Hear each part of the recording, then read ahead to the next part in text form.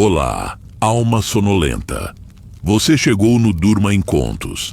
Ajeita o travesseiro, puxa o cobertor e vem comigo para antes de 1880, onde nenhuma cidade do mundo tinha luz elétrica nas ruas.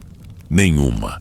E as pessoas não viviam no escuro esperando alguém inventar a lâmpada. Elas tinham uma vida noturna completa, organizada, com suas próprias regras, seus próprios ritmos, seus próprios perigos, e tudo girava em torno de um único problema. A luz era o recurso mais escasso que existia. Hoje eu vou te mostrar como era essa vida. Como as pessoas dormiam, como se moviam pela cidade à noite, quem controlava a luz, quem não tinha acesso a ela, e o que mudou para sempre quando a eletricidade chegou. Eu garanto que você nunca mais vai apertar um interruptor do mesmo jeito. Mas antes de começar, se inscreve no canal, porque é aqui que a gente mergulha nas histórias que a maioria das pessoas nunca parou para entender. Aperta o like também, isso ajuda demais o vídeo a chegar em mais gente. E me fala nos comentários, de onde você está assistindo agora? E que horas são aí? Adoro ver de onde vem cada pessoa. Bora começar, porque essa história começa bem antes da lâmpada, no escuro mesmo. Antes de 1880, nenhuma cidade do mundo tinha luz elétrica nas ruas. Nenhuma. E não é que estivessem atrasadas, ou fossem pobres, ou fossem primitivas. Era simplesmente que a tecnologia não existia ainda. E as cidades funcionavam da mesma forma que haviam funcionado por séculos, com fogo, velas, lampiões a óleo, lampiões a gás, onde a infraestrutura permitia, archotes em certas ocasiões específicas. Era isso. E dentro dessas possibilidades, havia uma vida noturna urbana que era radicalmente diferente de qualquer coisa que as gerações posteriores experimentariam. Não apenas mais escura, mas organizada de formas completamente diferentes ao redor do problema fundamental de que a escuridão era a condição padrão e a luz era o recurso escasso. Para entender como era essa vida, é preciso começar por entender o que a escuridão pré-elétrica realmente significava em termos físicos. Hoje, mesmo numa noite sem lua, uma cidade moderna nunca fica verdadeiramente escura, porque há a luz dos postes, dos letreiros, das janelas acesas, dos faróis de carros, da luminescência que o céu adquire, acima de qualquer área urbana, pela reflexão de toda essa luz. Os astrônomos chamam isso de poluição luminosa e lamentam o quanto ela dificulta a observação do céu. Mas para a maioria das pessoas que vivem em cidades, essa condição é tão permanente que nunca foi experienciada como luz em nenhum sentido consciente. É apenas o estado das coisas. Numa cidade pré-elétrica, depois que as velas e os lampiões eram apagados, a escuridão que prevalecia não era a escuridão de um quarto com as luzes desligadas, onde ainda há alguma luminescência vinda debaixo da porta ou das frestas da janela. Era uma escuridão mais profunda, variável conforme a lua e as estrelas, mas em noites fechadas, chegando a um nível em que a visão humana simplesmente não conseguia operar. A mão estendida diante do rosto ficava invisível. Os contornos dos edifícios ao redor desapareciam. A rua que você havia percorrido 1000 vezes tornava-se um espaço sem referência visual confiável. Isso não era uma curiosidade ou um inconveniente menor. Era a estrutura física dentro da qual toda a vida noturna tinha que ser organizada.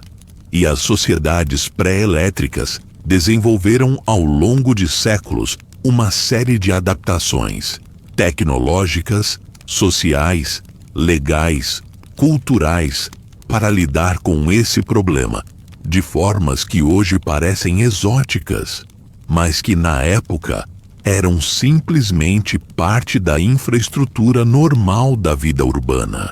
A primeira coisa a entender é que as cidades pré-elétricas não eram igualmente escuras em todos os lugares e em todos os momentos. Havia uma hierarquia de iluminação que correspondia a uma hierarquia social e econômica. Os bairros ricos de qualquer cidade europeia ou americana no século XVIII e começo do XIX tinham lampiões nas ruas, empregados que carregavam lanternas, janelas que ficavam acesas por mais tempo, porque velas e óleo não eram gastos que pesassem tanto. Os bairros pobres tinham muito menos. Em certas áreas de cidades como Londres ou Paris, a escuridão após o anoitecer era tão completa que as pessoas simplesmente não saíam de casa sem razão imperativa. Os lampiões a óleo que existiam nas ruas das cidades mais desenvolvidas desde o século XVII eram uma solução parcial e cara. Precisavam ser acesos manualmente por funcionários que percorriam as ruas ao anoitecer com varas compridas, terminadas em chama, e apagados de manhã pelo processo inverso. Precisavam ser abastecidos com óleo regularmente. Precisavam ser limpos, porque a fumaça do óleo depositava fuligem nos globos de vidro e reduzia progressivamente a luz emitida. Tudo isso requeria mão de obra, dinheiro e organização municipal que nem todas as cidades tinham ou queriam gastar. A introdução do gás como combustível para a iluminação pública foi o primeiro grande salto tecnológico que mudou a vida noturna urbana de forma significativa. O gás de carvão começou a ser usado para a iluminação de rua em Londres em 1807, quando uma empresa privada instalou os primeiros postes a gás na rua Pall Mall. Como demonstração, a diferença que a luz a gás fazia em relação às lanternas a óleo era considerável.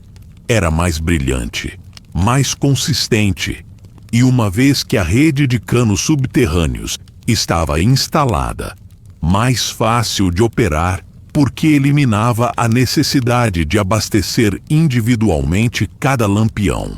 O lampieiro ainda precisava acender e apagar os postes, mas não precisava mais carregar óleo.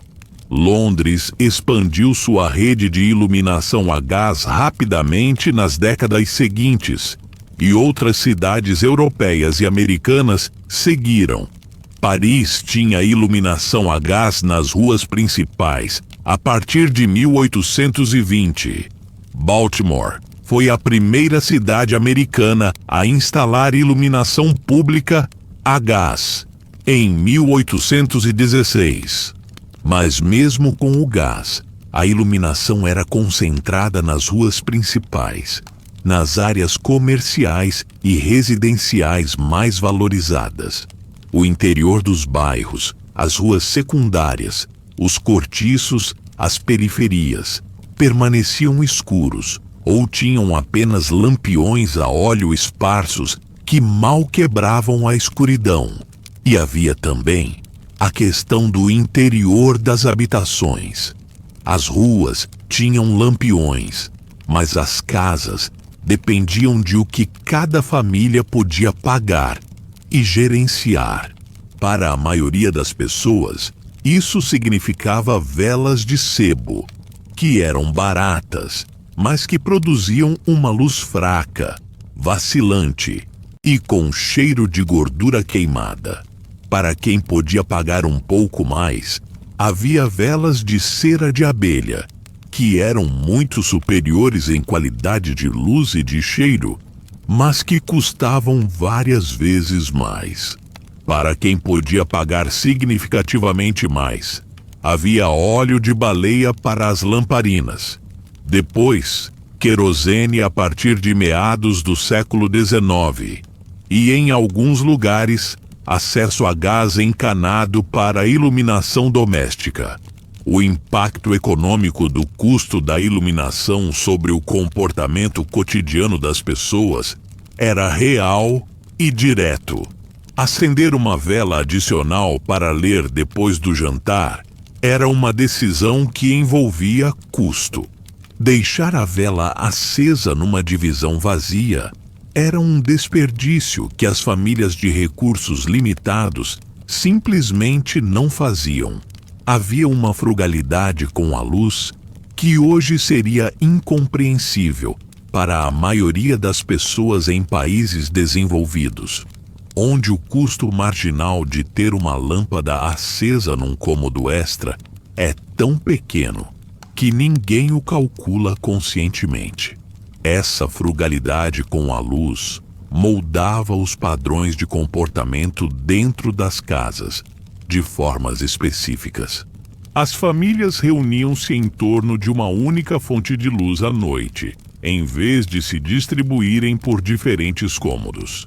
Ler, costurar, trabalhar, conversar, tudo acontecia num raio de alcance útil da mesma vela ou lamparina.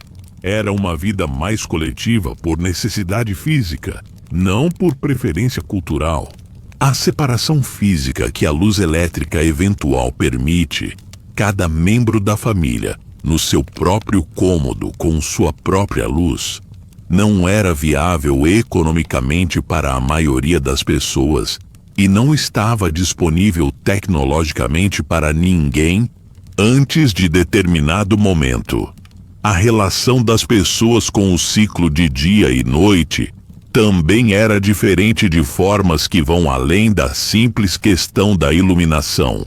Antes da luz elétrica, o ritmo natural de vigília e sono humano estava muito mais alinhado com o ciclo solar.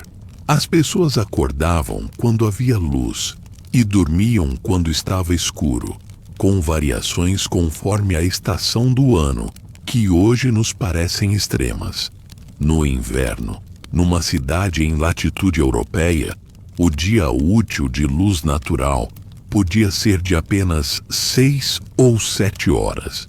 No verão, podia ser de 15 ou 16 horas. Isso significava que os padrões de sono sazonais eram radicalmente diferentes. No inverno, as pessoas dormiam muito mais. Não apenas mais cedo, mas em padrões que os historiadores do sono, especialmente o pesquisador Roger Eckert, documentaram a partir de referências em diários, cartas e registros médicos medievais e do início do período moderno, um padrão de sono bipartido, que consistia em um primeiro sono de algumas horas, logo após o anoitecer, um período de vigília de 1 a 2 horas no meio da noite, e depois um segundo sono até o amanhecer. Esse padrão de sono bipartido parece hoje anômalo, mas Eckert argumenta que era a norma histórica antes da iluminação artificial intensa tornar viável manter-se acordado até tarde. O período de vigília entre os dois sonos era usado para coisas variadas: orar, conversar com cônjuges, ter relações sexuais, refletir, fazer pequenas tarefas. Havia literatura médica da época que tratava esse período de vigília como um momento de particular clareza mental. Com a iluminação a gás e depois elétrica, o padrão bipartido desapareceu porque passou a ser possível manter-se acordado até tarde, de forma razoavelmente produtiva, e o sono foi consolidado num único bloco noturno. As cidades pré-elétricas tinham uma economia noturna, que era estruturalmente diferente da economia diurna.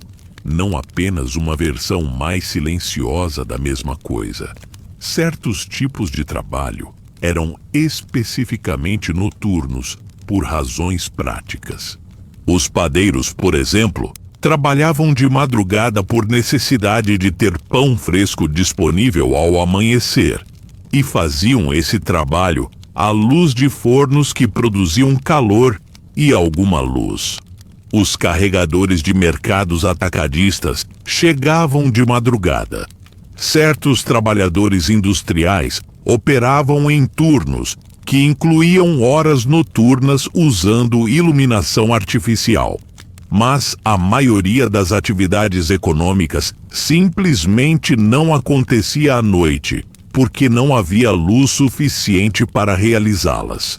Artesãos que dependiam de precisão visual, costureiras, relojoeiros, gravadores, pintores, simplesmente paravam quando a luz natural se ia porque a luz artificial disponível era insuficiente para o trabalho fino que faziam. Isso é diferente de hoje, quando a qualidade da luz artificial em ambientes de trabalho é equiparável ou superior à luz natural para a maioria das aplicações práticas. A questão da segurança pública à noite nas cidades pré-elétricas é um tema que aparece com frequência nas fontes históricas, porque era uma preocupação real e constante das autoridades e da população. A escuridão era um aliado do crime por razões óbvias. Numa rua escura, não havia como identificar rostos, reconhecer pessoas suspeitas, chamar ajuda de forma eficaz. Os ladrões e assaltantes que operavam à noite tinham a vantagem estrutural que a escuridão lhes conferia, e as autoridades policiais que tentavam controlar o crime noturno operavam em desvantagem comparável. As respostas a esse problema variavam. Em muitas cidades europeias medievais e do início do período moderno, havia regulações que exigiam que os cidadãos mantivessem lanternas acesas nas frentes de suas casas durante certas horas. Em Paris do século XIV, havia lei que obrigava os moradores a colocar velas nas janelas nas noites de determinadas festas religiosas. Havia também regulamentações sobre o porte de armas à noite, e em muitas cidades havia toques de recolher que limitavam quem podia estar nas ruas depois de determinada hora. O cargo de vigia noturno existia em cidades europeias desde a Idade Média e persistiu até o estabelecimento de forças policiais modernas no século XIX. Os vigias percorriam determinadas rotas pelas ruas da cidade, anunciando as horas e chamando a atenção para qualquer coisa suspeita. Na Inglaterra, eles eram chamados de watchmen, e sua eficácia era questionada com suficiente frequência para sugerir que o problema que tentavam resolver era maior do que qualquer força de vigia podia realmente controlar com os recursos disponíveis. A lanterna era o objeto que mais claramente diferenciava quem estava autorizado a usar as ruas à noite de quem não estava.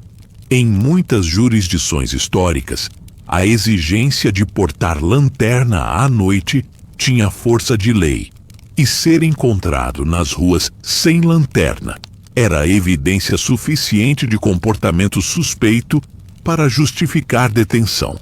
A lanterna era, ao mesmo tempo, fonte de luz e documento de identidade implícito, indicador de que a pessoa tinha motivo legítimo para estar onde estava naquele horário. O comércio de lanternas e do óleo ou velas para abastecê-las era uma atividade econômica significativa nas cidades pré-elétricas. Havia lojas especializadas. Havia vendedores ambulantes que percorriam as ruas vendendo velas. Havia um mercado para diferentes qualidades e tipos de iluminação que correspondia a uma estratificação social clara. A vela de sebo que um trabalhador comprava para iluminar sua habitação era um produto diferente, em preço e em qualidade, das velas de cera que iluminavam os ambientes de uma família abastada. A cera de abelha como material para velas era cara, porque a produção de mel e cera de abelha era trabalho intenso e a escala era limitada pela capacidade das colmeias disponíveis. A Igreja Católica tinha uma demanda enorme por velas de cera pura para uso litúrgico, o que criava competição com o uso doméstico e comercial. As velas de sebo, feitas de gordura animal, eram muito mais baratas, mas tinham desvantagens reais. Produziam uma luz mais fraca, precisavam ter a mecha aparada regularmente enquanto queimavam, senão a chama diminuía ou a vela começava a derreter de forma irregular, e tinha um cheiro desagradável que se impregnava nos ambientes. A chegada das velas de estearina no século XIX, produzidas a partir de ácidos graxos derivados de gordura animal, mas por processo que eliminava o cheiro, foi um avanço significativo que melhorou a qualidade da iluminação à vela para segmentos mais amplos da população. As velas de parafina, derivadas do petróleo, apareceram em meados do século XIX e eram ainda mais baratas, permitindo que famílias de recursos muito modestos tivessem acesso à iluminação de qualidade razoável. Mas voltemos para as ruas. A vida social noturna que existia nas cidades pré-elétricas era concentrada em lugares específicos onde havia investimento deliberado em iluminação. As tavernas e pubs eram um exemplo. Um estabelecimento comercial que queria atrair clientes à noite tinha que fornecer luz, e o fogo do fogão combinado com velas e lanternas criava dentro dos espaços fechados uma luminosidade que era confortável, pelo menos em comparação com a escuridão das ruas lá fora. A taverna iluminada no meio de uma rua escura funcionava como ponto focal de sociabilidade noturna, precisamente porque oferecia luz. Os teatros e locais de entretenimento que operavam à noite tinham uma relação com a iluminação que é fascinante quando examinada em detalhe. O Globe Theatre de Shakespeare, no século XVII, dava suas apresentações durante o dia para aproveitar a luz natural. Mas à medida que os teatros fechados substituíram os anfiteatros abertos, a iluminação artificial tornou-se um elemento central, tanto da logística quanto da estética do teatro. Os teatros do século XVIII e início do XIX usavam enormes quantidades de velas e lampiões a óleo para iluminar tanto o palco quanto a plateia. O Palácio de Versalhes é famoso pela quantidade monumental de velas que usava durante as grandes recepções, chegando a dezenas de milhares de velas acesas simultaneamente para criar o efeito de brilho que Luís XIV queria projetar. Isso não era apenas extravagância, era comunicação de poder através do consumo conspícuo de um recurso escasso e caro. A diferença entre o que acontecia no palco E o que acontecia na plateia, em termos de iluminação, é interessante.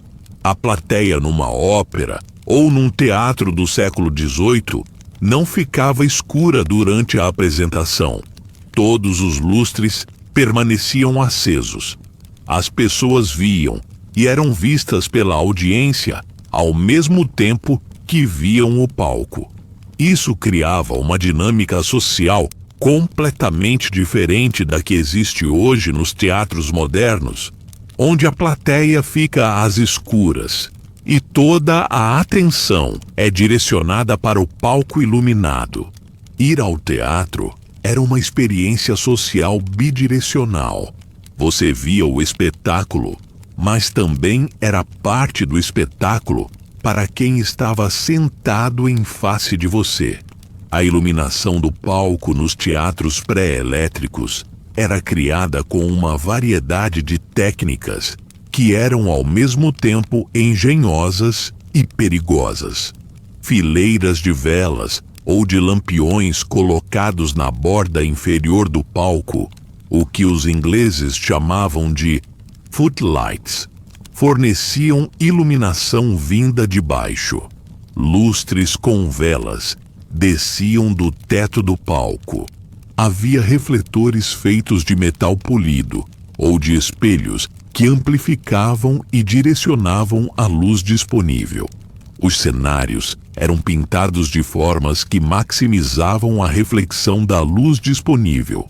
E havia o fogo como elemento de efeito cênico, usado para criar determinados efeitos dramáticos, que, quando combinado com a quantidade enorme de material inflamável presente num teatro iluminado, a vela criava um risco de incêndio que se materializava com frequência trágica. A história dos teatros pré-elétricos é pontuada por incêndios devastadores que destruíam edifícios inteiros e, às vezes, matavam pessoas. O Teatro de Ópera de Paris queimou em 1763 e, novamente, em 1781. O Covent Garden Theatre, em Londres, queimou em 1808. O King's Theatre, em 1867. Havia uma aceitação fatalista de que o teatro era uma atividade com risco de incêndio incorporado, e as companhias de seguro da época cobravam prêmios correspondentes. A iluminação artificial também transformava como os alimentos eram preparados e consumidos à noite. Cozinhar à luz de velas ou de lampiões era uma atividade que combinava os perigos do fogo com a dificuldade de ver adequadamente o que se estava fazendo. Cozinhas de casas abastadas podiam ter vários pontos de iluminação, com lanternas penduradas estrategicamente e velas em suportes próximos às áreas de trabalho. Cozinhas humildes tinham o fogo do fogão como principal fonte de luz, que era suficiente para as tarefas mais básicas, mas inadequado para qualquer coisa que requeresse visão precisa. As refeições noturnas nas famílias que podiam ter jantar como refeição principal, que em muitas culturas europeias era a refeição mais importante do dia, eram servidas à luz de velas colocadas sobre a mesa. As tochas e candelabros decorativos que vemos em representações históricas tinham função prática além da decorativa: produzir luz suficiente para que os comensais vissem o que estavam comendo e pudessem interagir socialmente ao redor da mesa. As casas dos ricos tinham um investimento considerável em aparatos de iluminação, lustres de cristal, candelabros de prata, espelhos estrategicamente posicionados para refletir e amplificar a luz das velas. Os lustres de cristal não eram apenas ornamentais. O cristal refratava e distribuía a luz das velas, de formas que ampliavam o alcance da iluminação de forma significativa, comparado com o que a mesma quantidade de velas produziria sem o cristal ao redor. Era tecnologia de iluminação tanto quanto decoração. Os espelhos cumpriam função similar. Um espelho grande posicionado em frente a uma lareira ou a um candelabro efetivamente dobrava a quantidade de luz percebida num cômodo. Isso explica, em parte, a proliferação de espelhos nos interiores decorativos do século XVIII, que não era apenas narcisismo ou gosto estético, mas também resposta prática ao problema de iluminar espaços grandes com fontes de luz limitadas.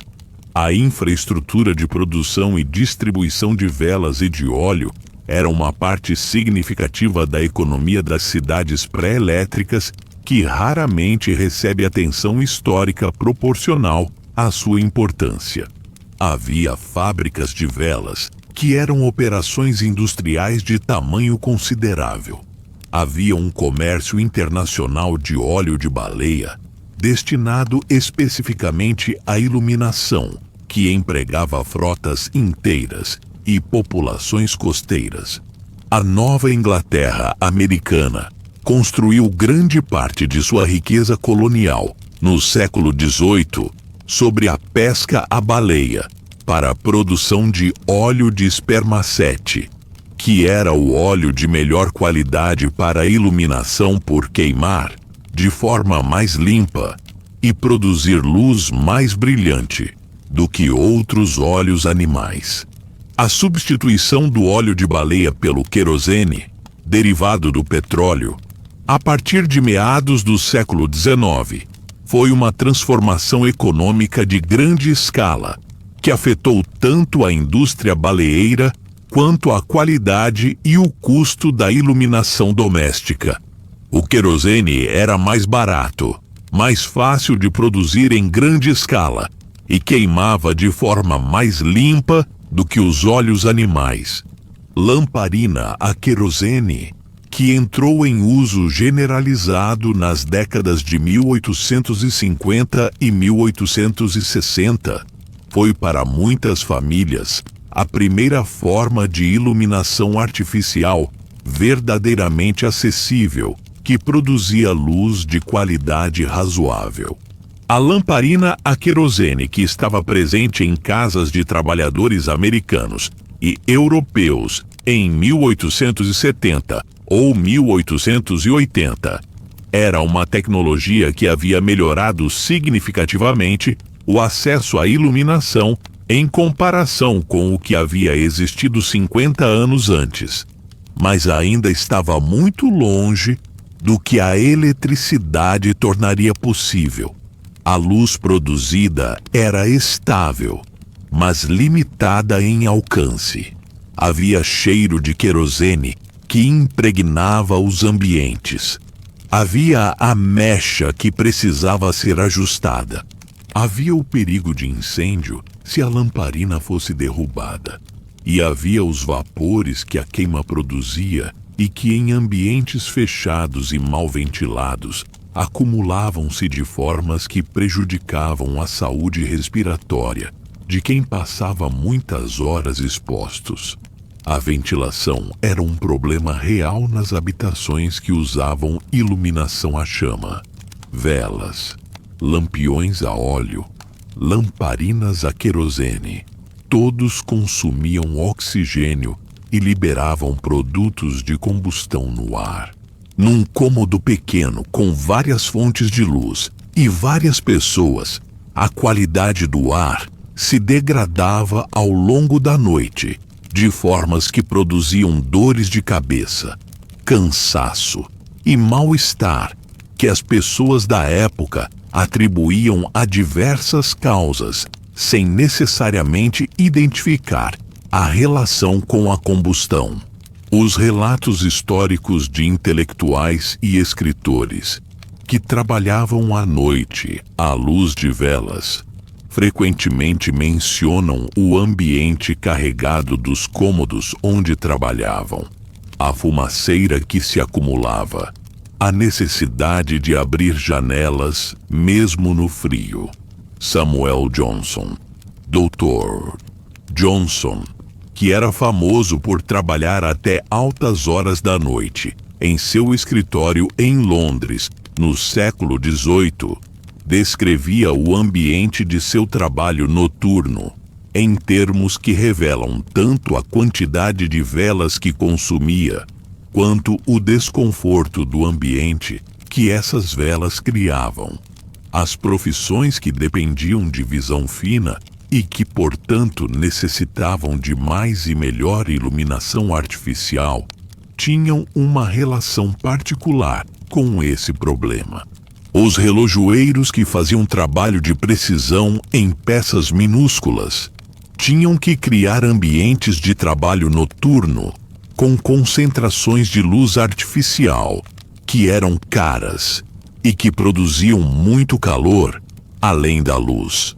Os gravadores que trabalhavam em metal ou madeira, os desenhistas e cartógrafos que produziam mapas, os escribas que copiavam textos, todos tinham que resolver o problema da iluminação adequada para o trabalho fino que faziam.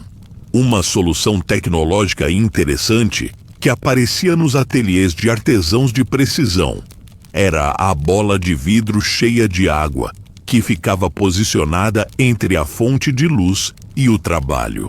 A bola funcionava como lente esférica primitiva, concentrando a luz da vela ou da lamparina num ponto focal mais intenso do que a fonte isolada produziria. Havia descrições de ateliês onde várias dessas bolas de vidro estavam posicionadas estrategicamente para criar focos de luz de trabalho em locais específicos da bancada. Era tecnologia simples, mas eficaz para o problema específico de concentrar luz insuficiente num ponto de uso. A escuridão como condição social tinha dimensões que iam além do simplesmente não se ver. Havia uma privacidade que a escuridão conferia nas ruas e nos espaços públicos que a iluminação eventualmente eliminaria. Encontros que dependiam de anonimato, tanto os inocentes quanto os que as autoridades prefeririam prevenir, eram facilitados pela escuridão das ruas. Havia uma liberdade de movimento noturno nas cidades escuras que desapareceria progressivamente com a iluminação.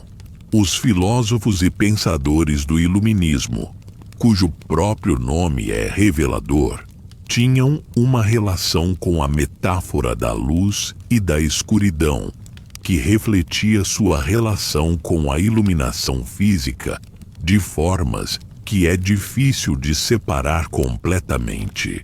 A ideia de que a razão iluminava a ignorância, de que o conhecimento dissipava a escuridão da superstição, estava sendo elaborada num período histórico em que a iluminação literal das cidades estava também sendo expandida, e as duas coisas não eram totalmente separadas na mente das pessoas que pensavam sobre ambas. A instalação de redes de iluminação pública a gás nas cidades europeias e americanas ao longo do século XIX foi um processo gradual que acontecia com velocidades muito diferentes, dependendo da cidade, dos recursos municipais disponíveis e das prioridades políticas locais. Havia argumentos econômicos sobre o custo da instalação e da operação.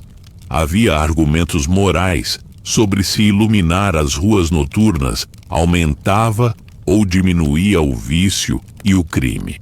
Havia interesses comerciais tanto das companhias de gás que queriam expandir seus mercados, quanto dos que usavam as ruas escuras para atividades que preferiam não ser observadas.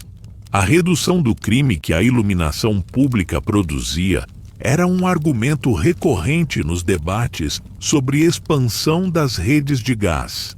Havia dados ou pelo menos afirmações baseadas em observação, de que as áreas iluminadas das cidades tinham taxas menores de assalto e de outros crimes noturnos do que as áreas escuras. Isso era politicamente útil para quem argumentava por expansão da iluminação. Mas havia também vozes que apontavam que a redução do crime nas áreas iluminadas podia simplesmente representar um deslocamento para as áreas que permaneciam escuras, em vez de uma redução real. Paris tinha uma relação particular com a iluminação pública, que foi importante para a história da questão. Luís XIV havia implementado em 1667 um sistema de lampiões públicos a óleo, que foi pioneiro na Europa, e que a cidade manteve e expandiu ao longo dos séculos seguintes. A iluminação de Paris tornou-se um objeto de orgulho municipal e de interesse internacional, com visitantes estrangeiros comentando sobre ela com frequência. Quando Paris adotou a iluminação a gás no início do século XIX, expandiu-a com uma rapidez que tornava a cidade notavelmente mais iluminada do que outras capitais europeias da mesma época. A diferença entre Paris e Londres, em termos de iluminação pública no início do século XIX, era suficiente para ser comentada por viajantes que iam de uma cidade para outra. Londres, que havia sido mais lenta a adotar a iluminação a gás de forma sistemática nas ruas secundárias, tinha uma escuridão noturna nos bairros fora do centro, que contrastava com a relativa luminosidade das áreas centrais mais iluminadas. Essa diferença geográfica dentro da mesma cidade era parte da experiência cotidiana de quem se movia pela cidade à noite. Numa noite de novembro de 1848, um homem chamado William percorria a pé uma distância de pouco mais de 2 quilômetros no East End de Londres, saindo de uma área onde havia lampiões a gás nas ruas principais, para um conjunto de ruas secundárias, onde não havia nenhum lampião público.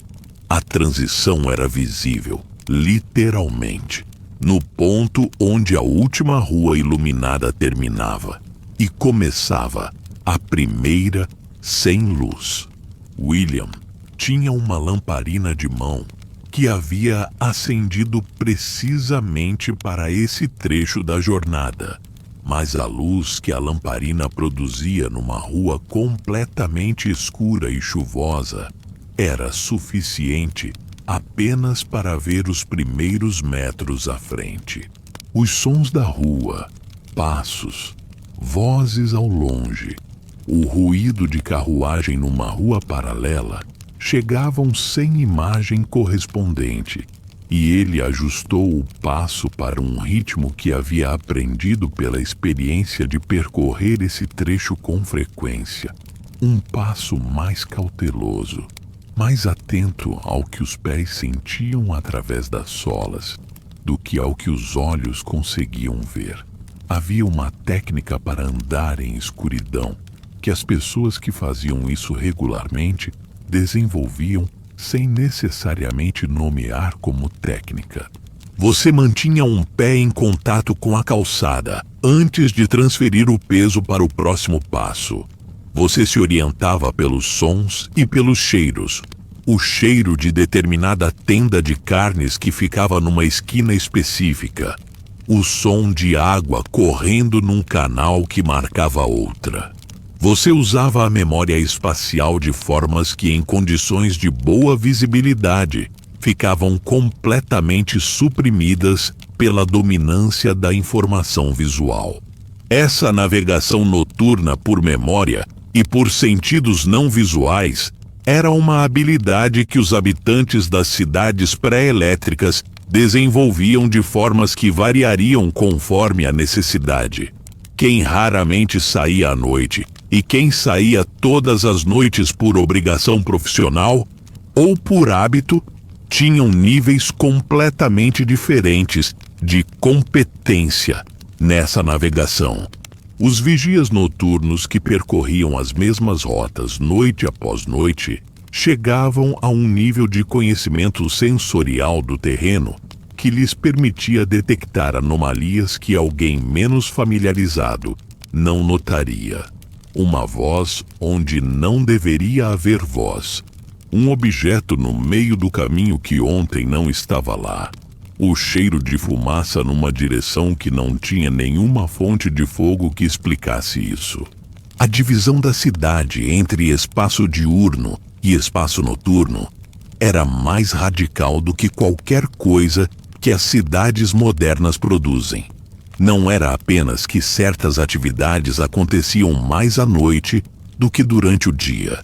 Era que os dois momentos constituíam ambientes físicos radicalmente diferentes, que eram habitados por populações diferentes, com comportamentos diferentes, guiados por normas diferentes. A cidade diurna era o espaço da economia formal, do comércio visível, da vida pública regulada e observável. A cidade noturna era um espaço onde a regulação formal tinha dificuldade de se impor, onde a observação social que controlava o comportamento durante o dia ficava ausente, e onde uma variedade de atividades que o dia reprimia ou tornava impossíveis encontravam seu espaço. Os mercados noturnos que existiam em muitas cidades pré-elétricas eram um exemplo de atividade econômica que a escuridão tanto dificultava quanto facilitava, dependendo do ângulo pelo qual você olhava.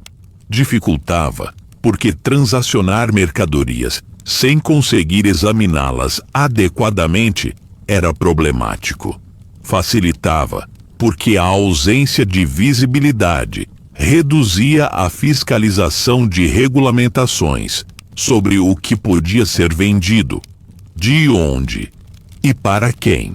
Em Londres, havia mercados noturnos, onde produtos de origem duvidosa mudavam de mãos em condições em que a escuridão era parte funcional da transação, fornecendo a cobertura necessária para que tanto o vendedor quanto o comprador pudessem negar qualquer conhecimento detalhado do que exatamente estava sendo comprado ou vendido.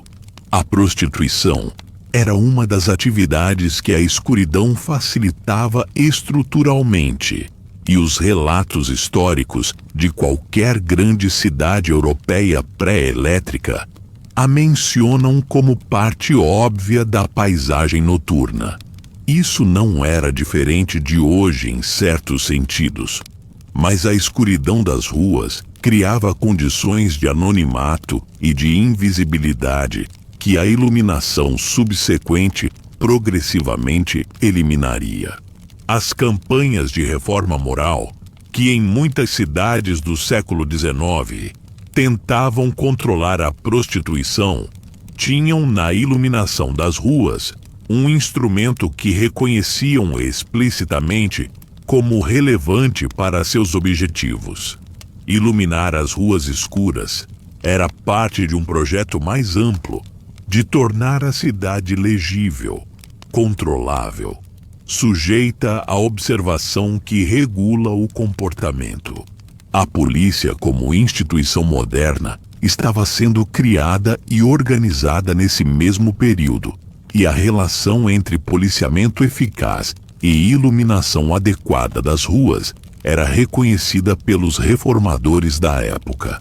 Robert Peel, que criou a Polícia Metropolitana de Londres em 1829, entendia que policiar eficazmente uma cidade requeria tanto agentes quanto condições que tornassem possível ao agente observar e ser observado.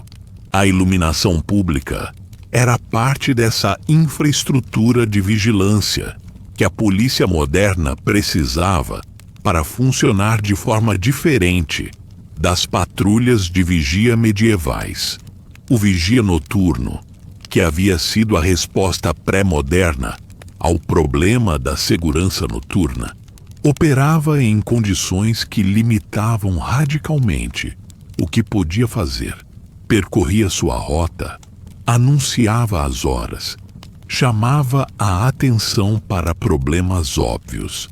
Mas num sistema de horas em que ele era o único agente de ordem, numa rua completamente escura, com criminosos potenciais que tinham o mesmo acesso à escuridão que ele tinha, a capacidade de prevenir crime era muito limitada. A lanterna que o vigia carregava o tornava visível para qualquer um que quisesse evitá-lo, enquanto o vigia não conseguia ver nada além do que seu próprio lampião iluminava. Havia uma assimetria fundamental nessa situação. Os que queriam operar na escuridão podiam fazê-lo apagando suas lanternas, enquanto o vigia precisava de luz para fazer seu trabalho, e, portanto, era o único elemento visível na rua escura. Essa assimetria era entendida tanto por quem fazia o policiamento quanto por quem queria evitá-lo, e produzia uma série de comportamentos adaptados de ambos os lados. Os vigias aprendiam que certos tipos de suspeitos revelavam sua presença por sons específicos antes de qualquer contato visual. Os que operavam à margem da lei aprendiam quando e onde os vigias faziam suas rondas e planejavam suas atividades no espaço entre as passagens. A questão do horário das rondas era em si um problema de gerenciamento que as autoridades resolviam de formas variadas. Rondas regulares em horários previsíveis eram fáceis de evitar para qualquer um que soubesse o horário.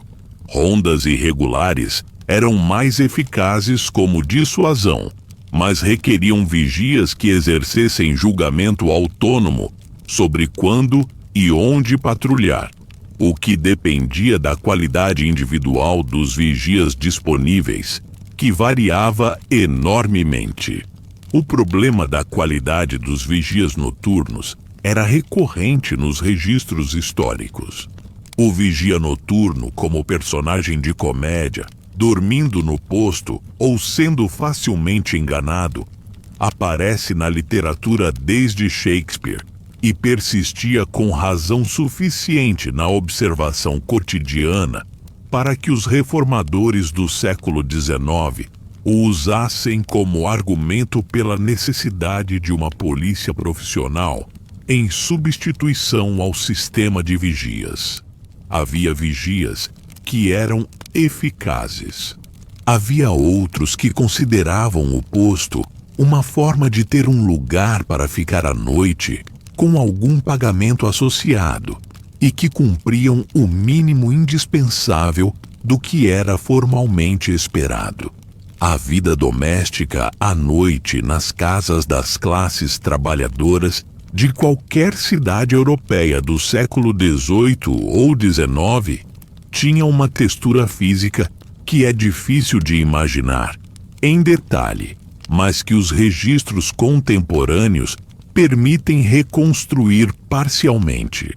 A habitação típica de uma família trabalhadora em Londres, em 1800, era de 1 ou 2 cômodos numa casa dividida entre múltiplas famílias, com uma janela pequena, que em dias de sol fornecia alguma luz durante o dia, mas que à noite ficava escura. A iluminação artificial nesse espaço era tipicamente 1 ou 2 velas de sebo, colocadas em suportes simples de ferro ou de estanho, posicionadas de formas que maximizassem sua utilidade. Com 1 ou 2 velas nesse espaço, o que era possível fazer à noite era limitado. Havia luz suficiente para comer, para conversação em torno da mesa, para tarefas simples de costura. ou reparação que não requeriam visão muito precisa. Não havia luz suficiente para leitura prolongada, que forçava os olhos de formas que produziam cansaço e dor de cabeça mesmo nos que eram letrados. Não havia luz suficiente para qualquer trabalho que requeresse discriminação visual fina. O resultado era que o fim do dia de trabalho seguido do jantar, seguido do rápido uso da vela enquanto ela durava, resultava frequentemente em uma ida à cama cedo, que em parte refletia a ausência de alternativas iluminadas ao sono. As classes mais abastadas tinham opções diferentes. Um profissional ou comerciante próspero em Londres, em 1800, tinha uma casa de vários cômodos e podia ter velas em múltiplos cômodos ao mesmo tempo, além de lanternas a óleo de qualidade melhor para iluminação geral. Havia um estudo onde a leitura e o trabalho podiam continuar após o jantar. Havia uma sala de estar, onde a família podia se reunir à noite para passatempo e conversa com iluminação adequada.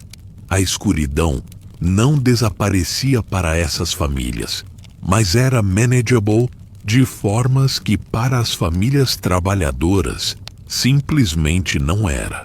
Essa diferença no acesso à iluminação tinha consequências diretas em coisas que normalmente não associamos com iluminação, como a educação e o desenvolvimento intelectual, a capacidade de ler e estudar à noite, de usar as horas escuras para aprendizado e para a prática de habilidades que requeriam concentração, estava diretamente ligada ao acesso à iluminação adequada. Um filho de família abastada, que estudava à luz de velas de boa qualidade em seu próprio quarto, tinha acesso a horas de estudo que simplesmente não estavam disponíveis para o filho de família trabalhadora, que compartilhava um cômodo com vários outros e tinha, no máximo, uma vela de sebo de qualidade medíocre para dividir com todos. Isso não era um fator que os reformadores educacionais do século XIX discutiam explicitamente com frequência, mas a relação era real e tinha efeitos reais sobre as possibilidades educacionais de diferentes segmentos da população. A democratização da educação que aconteceu ao longo do século XIX tinha como uma de suas pré-condições não discutidas a democratização da iluminação, a disponibilidade progressivamente mais ampla de iluminação de qualidade suficiente para o estudo noturno. As bibliotecas e salas de leitura que surgiam nas cidades industriais britânicas a partir da década de 1840 como parte do movimento de reforma social, ofereciam iluminação coletiva como parte de seu serviço. Um trabalhador que em casa tinha apenas uma vela de sebo poderia, em uma sala de leitura pública bem iluminada, ter acesso à luz suficiente para ler por horas.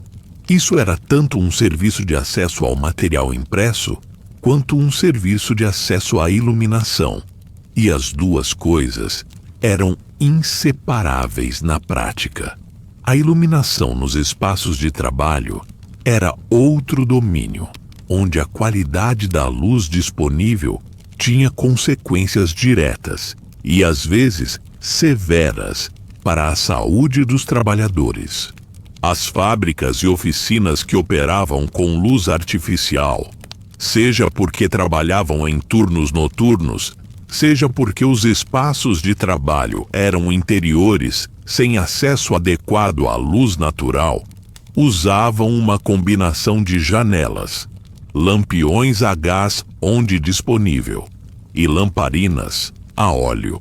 A qualidade da luz assim produzida era frequentemente inadequada para o trabalho que era realizado. e havia documentação médica do período sobre as taxas elevadas de problemas de visão entre trabalhadores de determinadas indústrias. Os costureiros e costureiras que trabalhavam em oficinas de confecção tinham taxas de miopia e de outros problemas visuais notavelmente elevadas que os médicos da época observavam e que eram atribuídas tanto ao trabalho fino quanto às condições de iluminação inadequada em que era realizado. Havia uma economia de iluminação no espaço de trabalho que opunha o custo de fornecer mais ou melhor iluminação ao custo humano que a iluminação inadequada produzia. E em muitos ambientes de trabalho do século XIX, o segundo custo era externalizado inteiramente para os trabalhadores, enquanto o primeiro era rigorosamente controlado pelos empregadores.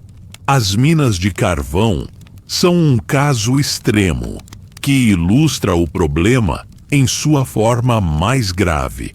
Trabalhar no subsolo significava trabalhar em escuridão absoluta, exceto pela luz das lamparinas que os mineiros carregavam consigo. A lamparina de segurança de Humphrey Davy, inventada em 1815, especificamente para reduzir o risco de explosão em minas, onde gases inflamáveis se acumulavam, foi um desenvolvimento tecnológico de importância enorme para a segurança, mas não resolvia o problema fundamental de que o trabalho era feito em condições de iluminação extremamente limitada, em espaços confinados.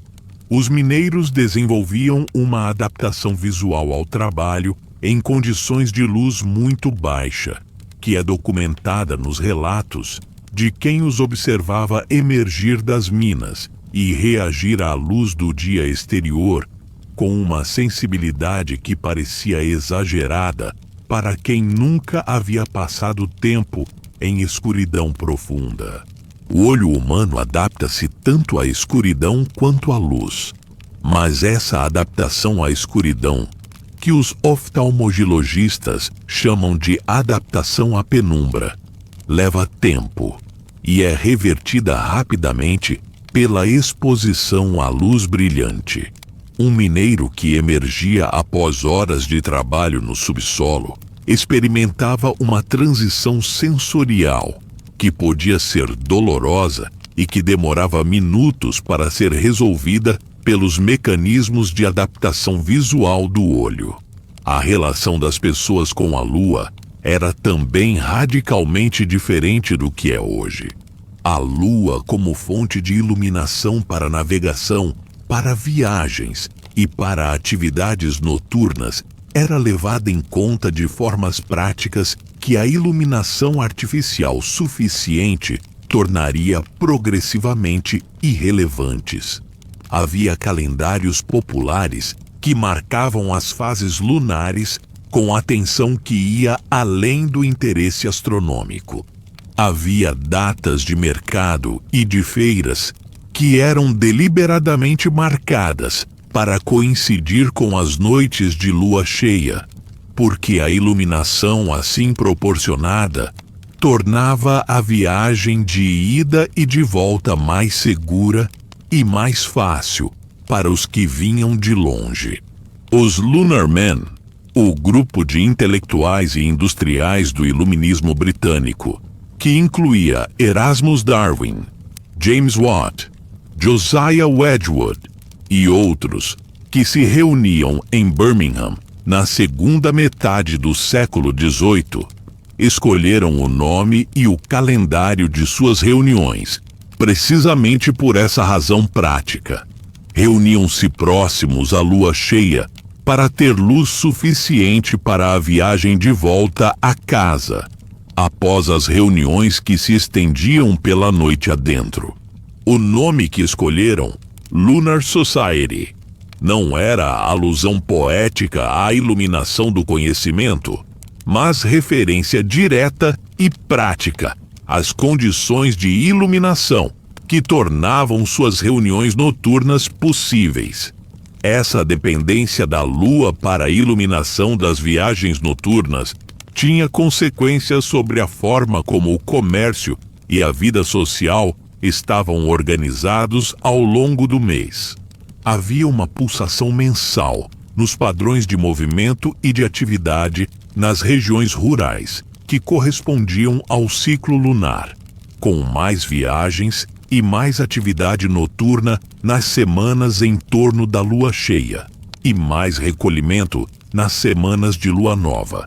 Essa pulsação era invisível dentro das cidades, onde a iluminação artificial era suficiente para criar alguma independência do ciclo lunar, mas muito perceptível nas comunidades rurais que dependiam inteiramente da luz natural. A chegada da iluminação a gás nas cidades mudou essa dependência da lua, de formas que eram tanto práticas quanto simbólicas. Uma cidade com iluminação a gás nas ruas principais não precisava da lua da mesma forma que uma cidade sem nenhuma iluminação pública.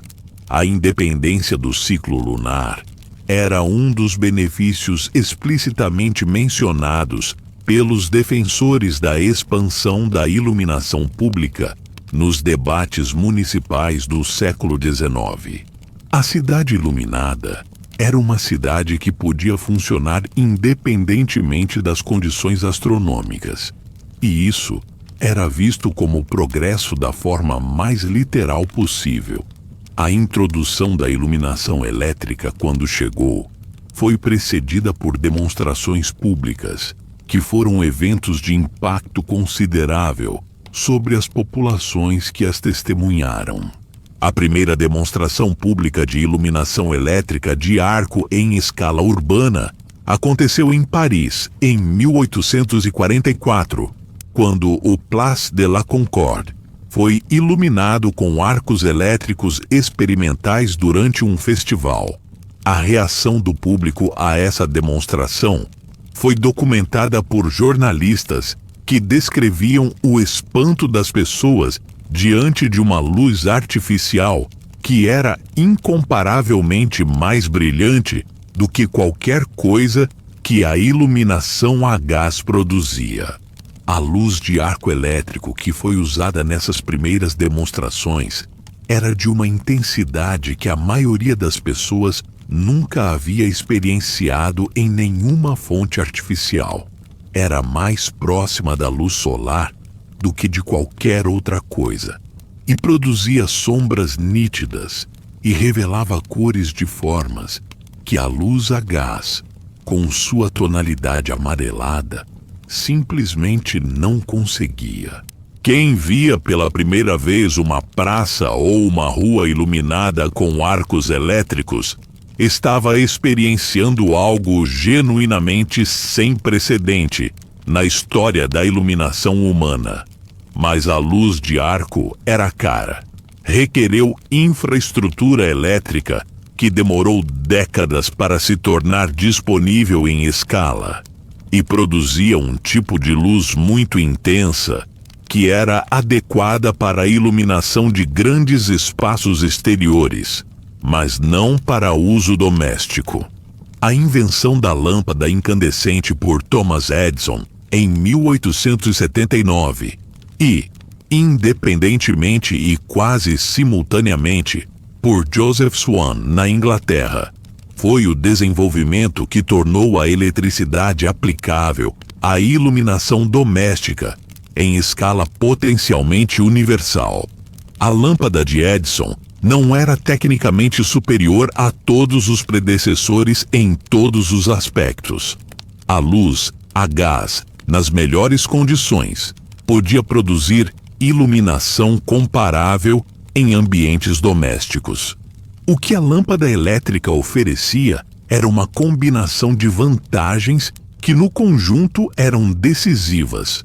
Não produzia fumaça, não consumia oxigênio do cômodo, não criava risco de incêndio por chama direta e podia ser ligada e desligada instantaneamente sem o processo de acendimento que as chamas requeriam. E uma vez que a rede de distribuição elétrica estava instalada, o custo marginal de adicionar mais pontos de iluminação era muito menor do que com qualquer sistema de iluminação anterior. As primeiras redes de distribuição elétrica urbana foram instaladas nas cidades americanas e europeias entre 1880 e 1900. Nova York teve a primeira rede de Edison em 1882, iluminando inicialmente um pequeno distrito em Manhattan. Londres instalou sua primeira rede pública em 1882 em Holborn. As cidades maiores das economias industrializadas foram progressivamente eletrificadas ao longo das 2 décadas seguintes, mas esse processo era desigual tanto entre cidades quanto dentro de cada cidade. A eletrificação das cidades não acontecia toda de uma vez. As redes se expandiam de forma incremental a partir dos primeiros pontos de instalação, e havia por décadas situações em que partes diferentes da mesma cidade operavam com tecnologias de iluminação diferentes. Uma rua central podia ter eletricidade, enquanto a rua paralela a 2 quarteirões tinha apenas gás, e o bairro, a 1 quilômetro de distância, ainda dependia de lamparinas a querosene. Essa coexistência de diferentes gerações de tecnologia de iluminação no mesmo espaço urbano persistiu em muitas cidades até bem depois de 1900. Para as pessoas que viveram a transição da iluminação a gás para a elétrica, a diferença era suficientemente radical para merecer registro. Havia uma qualidade da luz elétrica que era percebida como diferente da luz a gás, em aspectos que iam além do simples brilho. A ausência de vacilação, que na luz de chama era constante e que os olhos compensavam automaticamente, mas que produzia cansaço visual acumulado, era imediatamente notável na luz elétrica. A possibilidade de ter múltiplos pontos de luz em múltiplos cômodos, sem o custo e o perigo das múltiplas chamas, transformava a organização do espaço doméstico de formas que as pessoas percebiam como qualitativas, além de quantitativas. Havia também uma reação cultural à luz elétrica que não era universalmente positiva. Havia quem lamentasse a perda da atmosfera criada pela luz de velas e de gás, a qualidade de penumbra e de sombra que a luz de chama produzia em ambientes interiores e que a luz elétrica intensa eliminava. Os pintores e escritores que trabalharam nas décadas em torno da transição registraram essa mudança de formas que revelam tanto a apreciação da nova claridade, quanto a perda de algo que a escuridão temperada havia oferecido. Havia restaurantes e casas que durante décadas mantiveram iluminação a velas, não por incapacidade de ter eletricidade, mas por preferência estética deliberada, porque a luz de velas criava um ambiente que a luz elétrica não replicava. Isso era reconhecimento implícito de que a luz de chama, com toda a sua inconveniência e limitação, tinha qualidades de variação e de textura que a luz elétrica constante e uniforme não possuía. A sombra como elemento estético, o jogo de luz e sombra que a chama criava naturalmente em qualquer espaço, era algo que a eletricidade anulava em vez de reproduzir. A transformação que a iluminação elétrica produziu nos padrões de sono e de atividade noturna foi gradual, mas real. A possibilidade de realizar atividades produtivas até horas muito mais tardias do que a iluminação A chama estendia a jornada ativa e comprimia progressivamente o tempo de sono. Isso aconteceu ao longo de décadas, não de uma vez, e os registros históricos de horas de sono média em diferentes períodos sugerem um declínio progressivo que os pesquisadores do sono correlacionam com a expansão da iluminação artificial. O período de vigília entre o primeiro e o segundo sono, que E. Kirch documenta como normal antes da iluminação artificial intensa, desapareceu ao longo do século XIX e início do XX, precisamente porque manter-se acordado até tarde se tornou cada vez mais fácil e cada vez mais normativo. A consolidação do sono num único bloco noturno, que hoje é considerada a forma natural e normal de dormir, é provavelmente uma adaptação cultural relativamente recente que a iluminação artificial tornou possível e que o horário industrial tornou necessária. As fábricas que operavam com horários fixos e que requeriam que os trabalhadores chegassem a horas específicas, independentemente de sua condição de repouso, criaram uma pressão sobre os padrões de sono que a iluminação elétrica amplificou.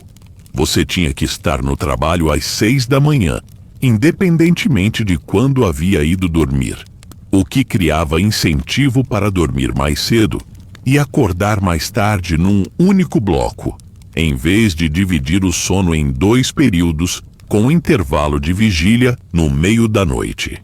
A rua principal de uma cidade de tamanho médio na Inglaterra, em 1885, apresentava uma combinação de elementos que esse processo em andamento tornava possível. Havia postes a gás que iluminavam as ruas principais desde décadas antes. Havia nas vitrines das lojas comerciais mais prósperas as primeiras lâmpadas elétricas instaladas como novidade e como atração, iluminando displays de produtos de uma forma que a luz a gás nunca conseguira. Havia no interior das casas uma mistura conforme o nível econômico de cada família, de quem ainda usava velas de parafina, a quem tinha lamparinas a querosene, a quem tinha gás encanado.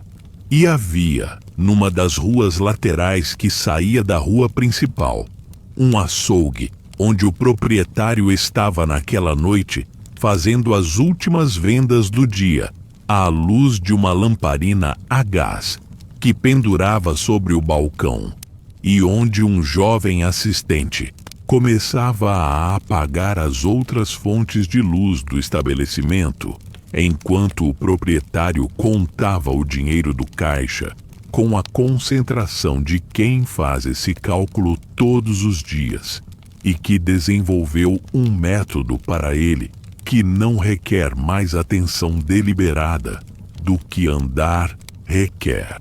O assistente apagava as lamparinas na ordem que havia aprendido. As do fundo primeiro, depois as laterais, deixando por último a que ficava sobre o balcão, onde o proprietário ainda trabalhava.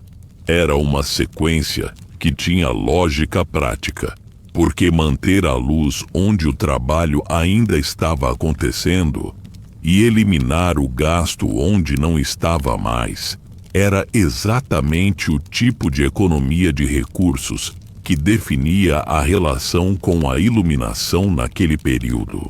Essa cena num açougue inglês de 1885 captura algo que a história da iluminação frequentemente perde de vista ao focar nas grandes transformações tecnológicas, a textura cotidiana e mundana da vida, num mundo iluminado de forma diferente. Não havia drama na sequência de apagar as lamparinas. Não havia nada de notável no fato de que a luz disponível era limitada e que, portanto, era gerenciada com atenção. Era simplesmente como as coisas funcionavam. E as pessoas que faziam isso todos os dias não tinham nenhuma consciência de que estavam vivendo num mundo que estava prestes a mudar de forma irreversível. A questão de como as pessoas experienciavam o tempo à noite nas cidades pré-elétricas é uma que raramente aparece com clareza suficiente nas descrições históricas, mas que é fundamental para entender como era aquela vida. Hoje, o tempo noturno é registrado com precisão idêntica ao tempo diurno, porque há relógios em toda parte, iluminados, digitais, permanentemente visíveis. A passagem de horas à noite é rastreável com a mesma facilidade que durante o dia. Num mundo onde a noite era escura, onde você não podia ver um relógio de parede mesmo que o tivesse, onde o único relógio disponível para a maioria das pessoas era o relógio da torre da igreja, que soava as horas. A experiência do tempo noturno era qualitativamente diferente.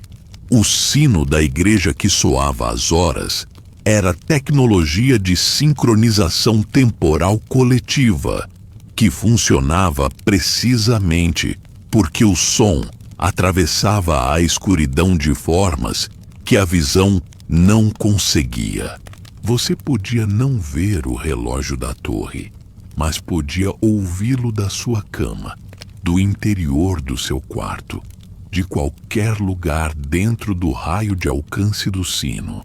E para as pessoas que precisavam de informação horária, à noite, o sino era frequentemente a única fonte disponível. O vigia noturno que anunciava as horas ao percorrer sua rota era uma extensão humana desse sistema de sincronização temporal sonora, levando a informação do relógio da torre para os pontos da cidade onde o sino não chegava com clareza suficiente. A percepção subjetiva da duração do tempo à noite, nas condições pré-elétricas, era provavelmente diferente da que temos hoje, embora isso seja difícil de documentar diretamente. Sem as âncoras visuais de relógios iluminados e sem a estimulação sensorial que a luz traz, as horas da noite podiam passar de formas que a memória organiza diferentemente das horas do dia. O historiador do sono Roger E. Kirch recolheu referências em diários e em literatura da época, que sugerem que o período de vigília entre o primeiro e o segundo sono era frequentemente descrito como um tempo de qualidade perceptiva diferente, mais propício a certos tipos de reflexão e de contemplação do que os períodos de maior atividade do dia. Isso tem uma base fisiológica plausível. Durante o período de vigília no meio da noite, os níveis de prolactina no sangue estão elevados em comparação com os períodos de vigília diurna, o que é associado a estados de relaxamento e de humor diferenciado. Se o padrão de sono bipartido era a norma histórica por séculos, então esse período de vigília noturna com sua química específica era uma experiência regular na vida de uma proporção enorme da humanidade que a iluminação e os horários industriais subsequentemente eliminaram da experiência cotidiana da maioria das pessoas. A liturgia das horas, a prática religiosa cristã de oração em horários específicos ao longo do dia e da noite, incluía orações na madrugada, que eram chamadas de maitinas ou vigílias. Essa prática de oração no meio da noite, que monastérios mantiveram por séculos e que na tradição religiosa tinha significado espiritual próprio, corresponde ao período de vigília do padrão de sono bipartido, de uma forma que não parece coincidência. A prática religiosa havia formalizado e dado estrutura a um período de vigília noturna que era biologicamente natural nas condições de iluminação pré-elétrica. Com a iluminação elétrica e os horários industriais que a acompanharam, esse padrão desapareceu tanto da prática religiosa amplamente observada, quanto da experiência cotidiana da maioria das pessoas. O sono consolidado num único bloco tornou-se a norma tanto cultural quanto biológica, no sentido de que a biologia humana é suficientemente flexível para operar em diferentes padrões de sono, dependendo das condições ambientais e sociais que os determinam. O café e o chá, como substâncias que combatem o sono, tiveram seu papel na transformação dos padrões de atividade noturna, de formas que raramente são discutidas nesse contexto. O café chegou à Europa no século XVII e se expandiu rapidamente como bebida associada à vigília e à atividade intelectual.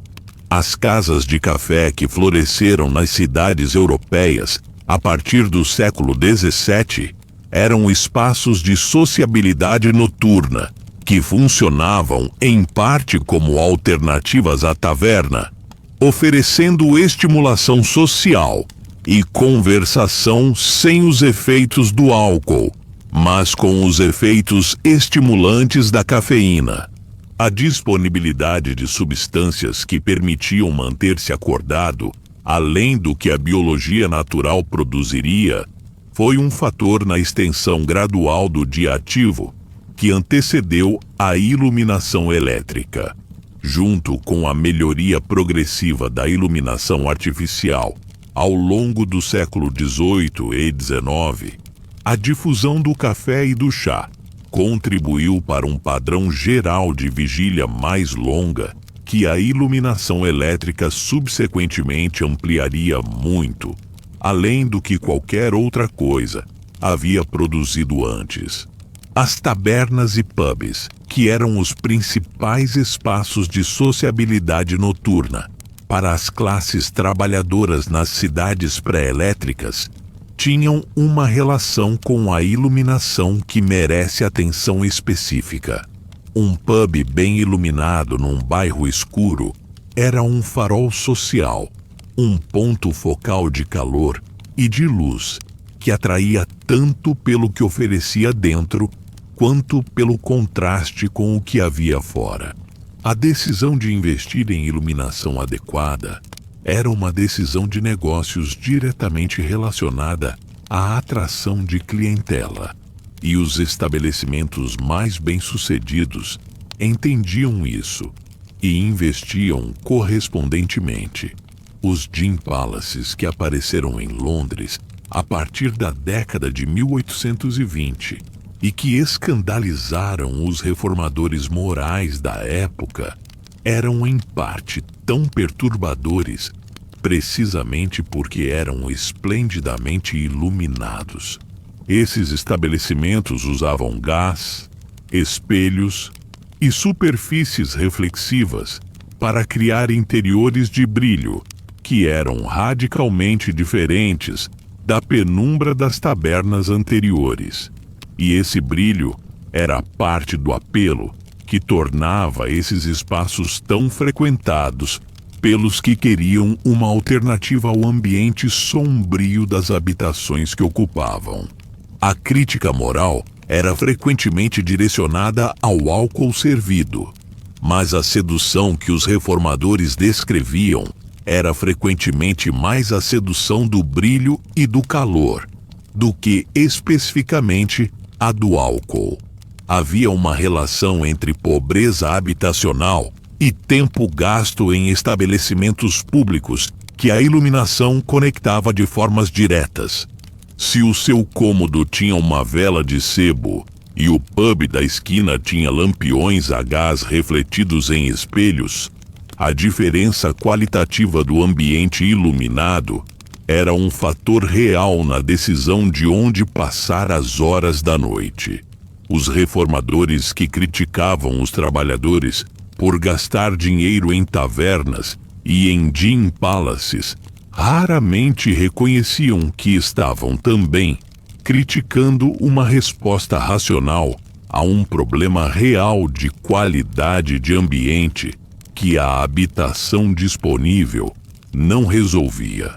A melhoria da iluminação doméstica ao longo do século XIX foi, portanto, tanto uma questão de conforto quanto uma questão de reforma social mais ampla.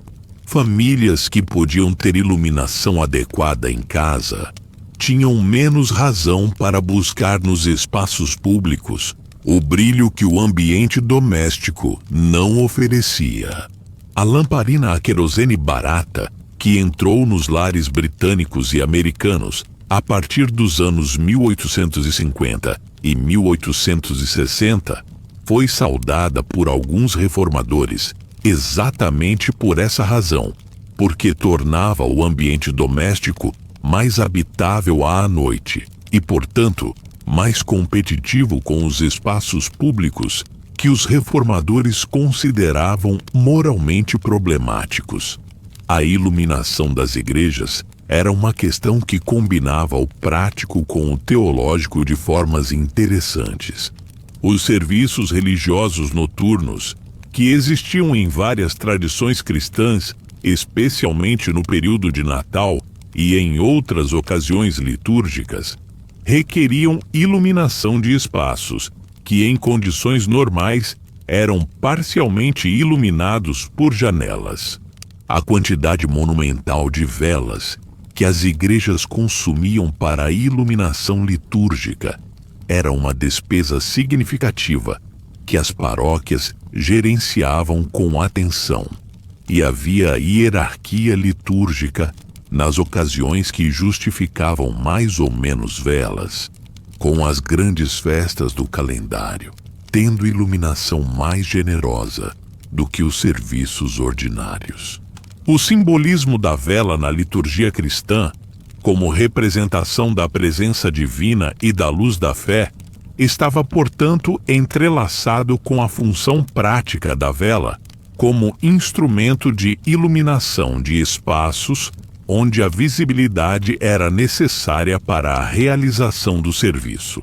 Não era possível separar completamente o simbólico do prático, porque ambos dependiam do mesmo objeto e da mesma chama. Quando a iluminação elétrica chegou às igrejas, havia debates genuínos sobre se ela era apropriada para espaços litúrgicos. Não apenas questões estéticas sobre a diferença entre a luz de vela e a luz elétrica, mas questões sobre o que acontecia com o simbolismo da vela, quando ela não era mais necessária para ver. A vela que permanece nos ritos cristãos contemporâneos é em grande parte puramente simbólica, porque o espaço é iluminado eletricamente, mas mantém seu lugar, porque o símbolo persistiu depois que a função prática foi assumida por outra tecnologia. A fotografia é uma tecnologia cujo desenvolvimento foi diretamente constrangido pelas condições de iluminação disponível, e sua história é, portanto, relevante para a história da iluminação em formas que nem sempre são reconhecidas. As primeiras fotografias, os daguerreótipos do final dos anos 1830 e os processos subsequentes dos anos 1840 e 1850 requeriam tempos de exposição muito longos, porque os materiais fotossensíveis disponíveis eram muito menos sensíveis à luz do que os filmes modernos ou os sensores digitais contemporâneos. Isso significava que no início da fotografia, a iluminação natural intensa era praticamente a única opção para fotografias em exteriores, e que fotografias em interiores eram extremamente difíceis. Fotografar à noite com iluminação artificial da época era impossível com as tecnologias disponíveis, porque nenhuma fonte de luz artificial existente produzia intensidade suficiente para exposições rápidas o bastante para que o resultado fosse nítido. A vida noturna, com toda a sua sociabilidade e com toda a sua textura específica, ficou, portanto, quase inteiramente fora do registro fotográfico nas primeiras décadas da fotografia. O flash fotográfico, nas suas versões iniciais de magnésio queimado, que produzia uma explosão de luz intensa brevíssima, permitiu algumas fotografias em interiores e mesmo de cenas noturnas a partir dos anos 1880, mas continuava sendo uma tecnologia cara, imprevisível e que criava situações de posição muito artificial por razões de necessidade técnica. As primeiras fotografias de vida noturna urbana, capturadas com alguma naturalidade, em vez de poses estáticas em estúdio, só se tornaram possíveis com o desenvolvimento de emulsões fotográficas mais sensíveis e de objetivas mais luminosas no final do século XIX e início do XX. Isso significa que nossa visão da vida noturna das cidades pré-elétricas e da transição para a eletricidade é mediada quase que inteiramente por representações pintadas, por descrições escritas e por fotografias posadas em estúdio que não capturam a vida noturna real.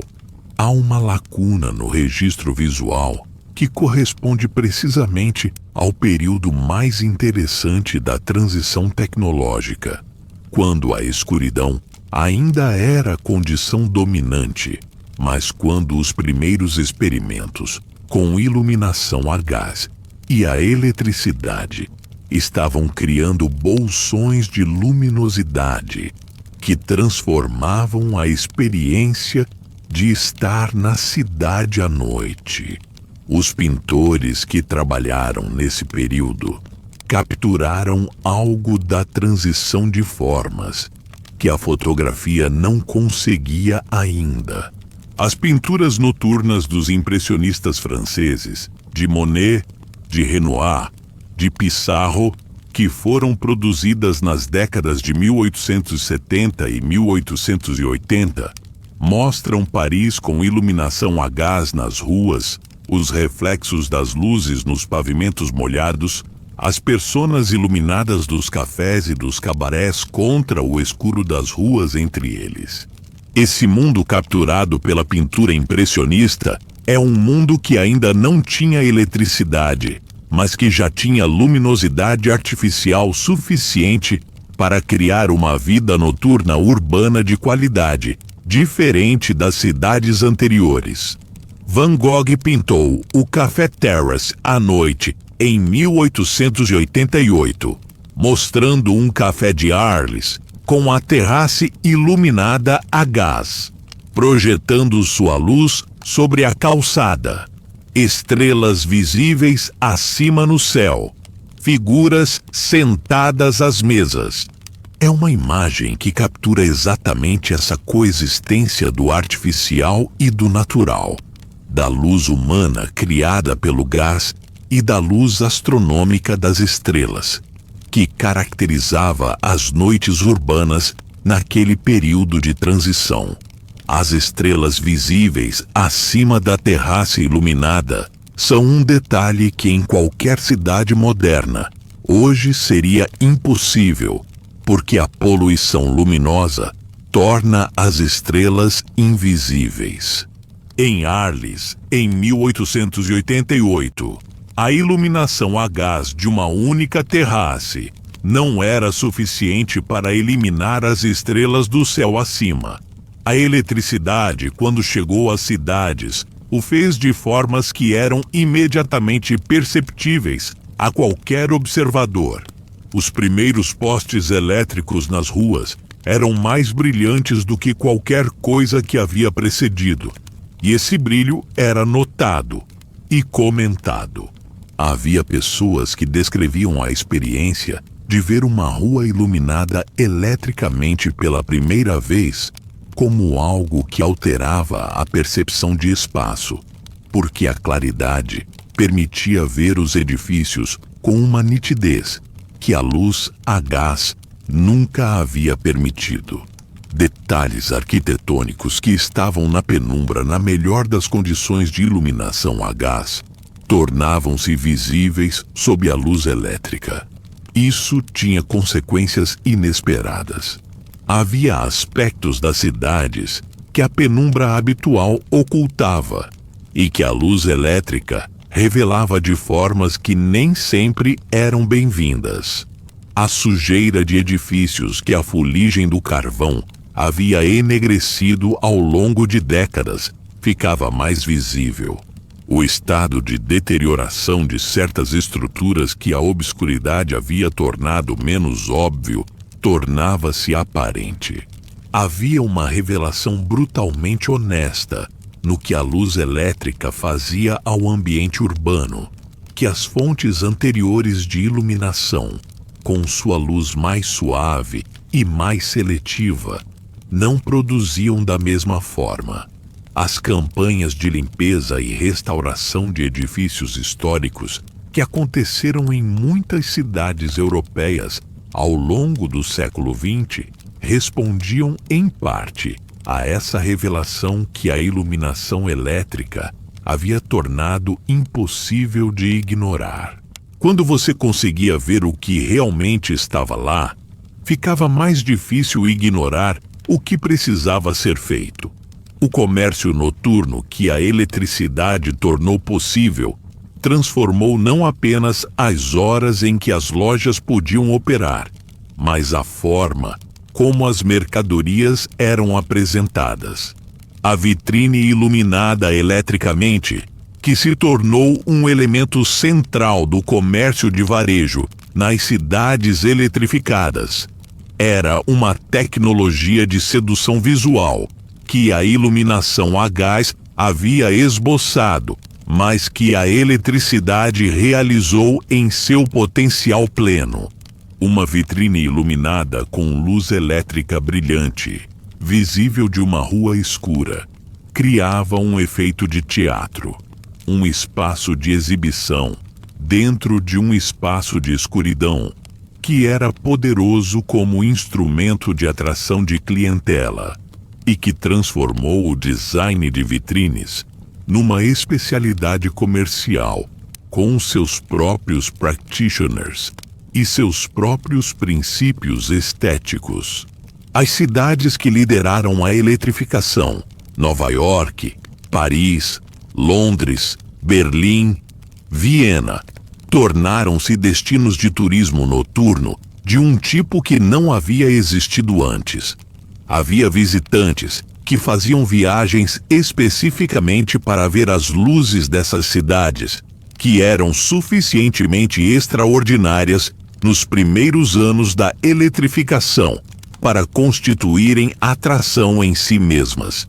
A expressão "a cidade que nunca dorme", que é associada principalmente a Nova York, descreve uma condição que a eletricidade tornou possível e que, antes dela, seria simplesmente inviável de sustentar em qualquer escala urbana significativa.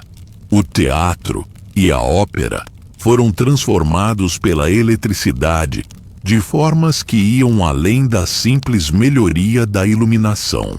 A possibilidade de escurecer completamente a plateia enquanto o palco permanecia iluminado, que a eletricidade com seus interruptores tornou trivialmente fácil, criou uma nova estética teatral que o palco iluminado, a gás com plateia iluminada, havia impossibilitado. A convenção moderna de assistir teatro ou cinema no escuro, com toda a atenção direcionada para a fonte de luz, é uma convenção relativamente recente, criada pela eletricidade.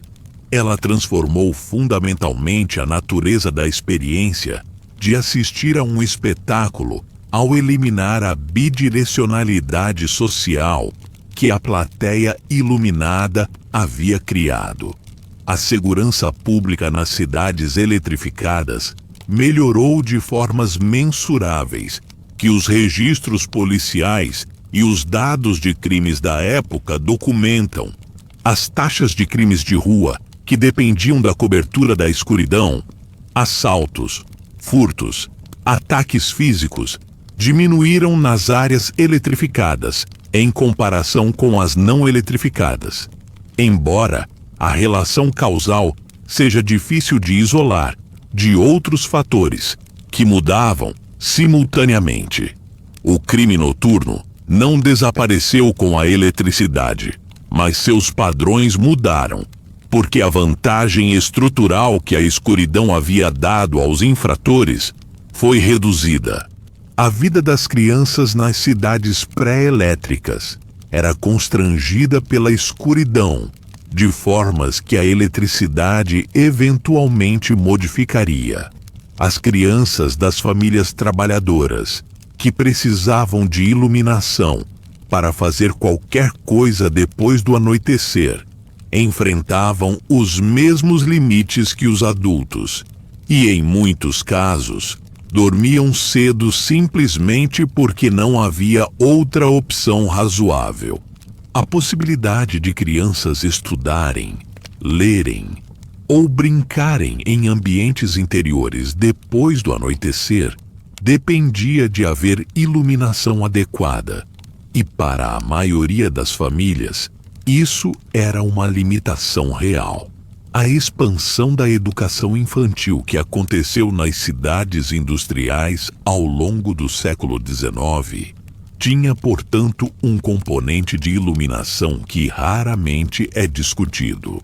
As escolas que funcionavam durante as horas de luz natural não precisavam de iluminação artificial para seu funcionamento básico, mas qualquer extensão de atividade educacional para além dessas horas, lição de casa, leitura recreativa, atividades organizadas em clubes juvenis noturnos que os reformadores criavam como alternativa às ruas, dependia de iluminação que elas fossem capazes de fornecer. O movimento das salas de leitura para trabalhadores que floresceu na Grã-Bretanha vitoriana era, portanto, tanto movimento de acesso ao conhecimento, quanto movimento de acesso à iluminação. Uma sala de leitura pública bem iluminada oferecia a um trabalhador que chegava do turno a possibilidade de ler, de estudar, de usar as horas da noite de formas que o ambiente doméstico mal iluminado não permitia.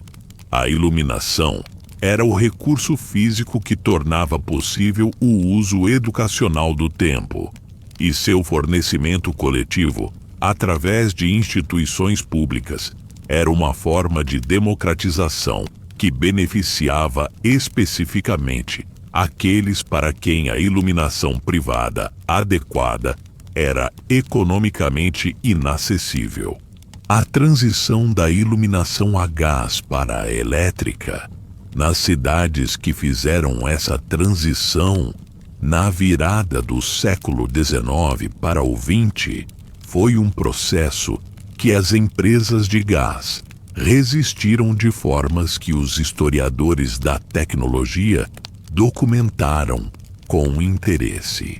As companhias de gás que haviam investido enormemente na construção das redes de distribuição e que dependiam da iluminação como seu mercado primário, tinham razões óbvias para competir com a eletricidade, e o faziam tanto melhorando a tecnologia dos queimadores a gás, quanto lobbying político contra as concessões às companhias elétricas. Os queimadores a gás de camisinha incandescente, que foram desenvolvidos nos anos 1880 e que produziam muito mais luz por unidade de gás consumido, do que os queimadores anteriores, eram uma resposta tecnológica da indústria do gás à competição elétrica. O gás com camisinha incandescente produzia uma luz branca e intensa, que era mais próxima da luz elétrica em qualidade do que qualquer coisa que os queimadores a gás anteriores haviam conseguido. Havia casos em que o gás com camisinha era superior à eletricidade das redes iniciais, que usavam tensões e equipamentos ainda em desenvolvimento, que produziam iluminação de qualidade variável. Mas a tendência era clara, e as companhias de gás eventualmente o reconheceram. Algumas delas sobreviveram convertendo-se em companhias de energia mais amplas, ou focando em outros usos do gás, além da iluminação, principalmente o aquecimento e o uso culinário, que eram mercados em que o gás tinha vantagens reais sobre a eletricidade por muito mais tempo do que na iluminação. A memória cultural da vida sem iluminação elétrica evaporou com surpreendente rapidez nas gerações que viveram depois da eletrificação. Para alguém nascido em 1900 numa cidade já parcialmente eletrificada, a vida sem eletricidade era uma experiência de infância ou de memória de parentes mais velhos, não uma realidade presente. Para alguém nascido em 1920, a eletricidade era simplesmente parte do ambiente urbano normal, tão óbvia que era invisível como condição. A rapidez com que o que havia sido revolucionário se tornava banal é um dos aspectos mais consistentes das transformações tecnológicas, e a eletricidade não foi exceção. O que desapareceu com a eletrificação foi não apenas a escuridão, mas toda uma forma de organizar a vida ao redor da escuridão. Os hábitos de sono, os ritmos de atividade, as práticas de navegação noturna, a dependência da lua, a economia da vela e do óleo, o papel específico do vigia noturno, a concentração familiar ao redor de uma única fonte de luz, e a qualidade particular da luz de chama, com sua variação e sua sombra. Algumas dessas perdas foram reconhecidas e lamentadas. Outras simplesmente desapareceram sem que a maioria das pessoas notasse o que havia se ido. Havia uma escritora que havia crescido no campo inglês sem eletricidade, e que décadas depois de ter se mudado para uma cidade eletrificada, descrevia em suas memórias a qualidade da luz de vela na cozinha da casa de sua infância, com uma precisão de detalhe que revelava o quanto essa experiência havia permanecido vívida na memória. Descrevia o jeito como as sombras se moviam nas paredes quando alguém atravessava o cômodo carregando a vela, como os rostos das pessoas mudavam conforme se aproximavam ou se afastavam da chama, como havia uma textura temporal na luz de chama, uma pulsação quase imperceptível que a tornava diferente da uniformidade da luz elétrica. Não estava argumentando que a vida sem eletricidade era melhor. Estava simplesmente registrando que era diferente de formas que valiam a pena preservar na memória, porque a memória era o único lugar onde ainda existiam. A diferença entre a luz de chama e a luz elétrica que ela descrevia é real, imensurável. A luz de chama tem variação em frequência e em intensidade, que a luz elétrica incandescente estabiliza e que a luz de LED contemporânea elimina ainda mais completamente. Há pesquisas recentes sobre como a exposição a diferentes qualidades de luz afeta estados mentais e padrões de sono, que sugerem que a uniformidade da luz artificial moderna tem efeitos sobre o ritmo circadiano que as luzes de chama, com sua correspondência muito mais próxima com o espectro do fogo e com a variação de luz natural, não produziam da mesma forma. Isso não é um argumento para voltar às velas. É um reconhecimento de que as escolhas tecnológicas que as gerações anteriores fizeram e que as gerações posteriores aceitaram sem questionamento, porque eram os dados do mundo em que nasceram, tiveram consequências que não eram todas imediatamente óbvias e que só aparecem quando se olha para o que mudou em comparação com o que existia antes. A cidade sem luz elétrica à noite não era um lugar de privação absoluta. Era um lugar organizado de formas diferentes ao redor de uma condição diferente. As pessoas que viviam nela não se sentiam privadas de eletricidade porque não sabiam que ela existia. Sentiam-se mais ou menos bem iluminadas, conforme os recursos de que dispunham e conforme o esforço que a sua vida requeria ao longo das horas escuras. Havia quem achasse as noites longas demais no inverno, quem não pudesse ler tanto quanto queria, quem tivesse medo das ruas escuras por razões que eram completamente fundadas na realidade de que as ruas escuras eram efetivamente perigosas. E havia quem tivesse encontrado dentro das limitações da escuridão uma textura de vida noturna, que incluía ritmos de sono, formas de sociabilidade e qualidades de experiência sensorial que a eletricidade não substituiu, mas simplesmente eliminou.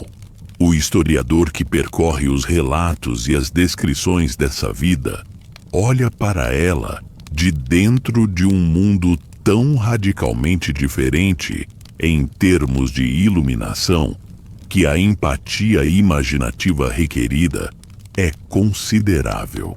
Não é possível simular genuinamente o que era viver numa cidade sem luz elétrica, porque qualquer simulação acontece dentro de um contexto em que a eletricidade existe e pode ser restabelecida a qualquer momento.